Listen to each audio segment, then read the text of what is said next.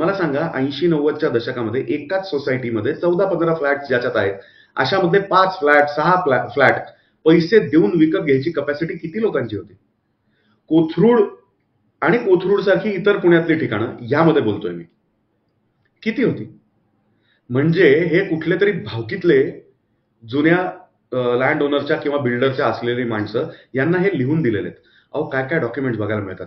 एक MOU बघायला मिळाला होता, जो आज कोर्टात स्टँड होत नाही. त्याच्यावरती लिहून दिलेलं आहे की अमका अमका फ्लॅट आणि अमका फ्लॅट तमकं दुकान यांना देण्यात यावे.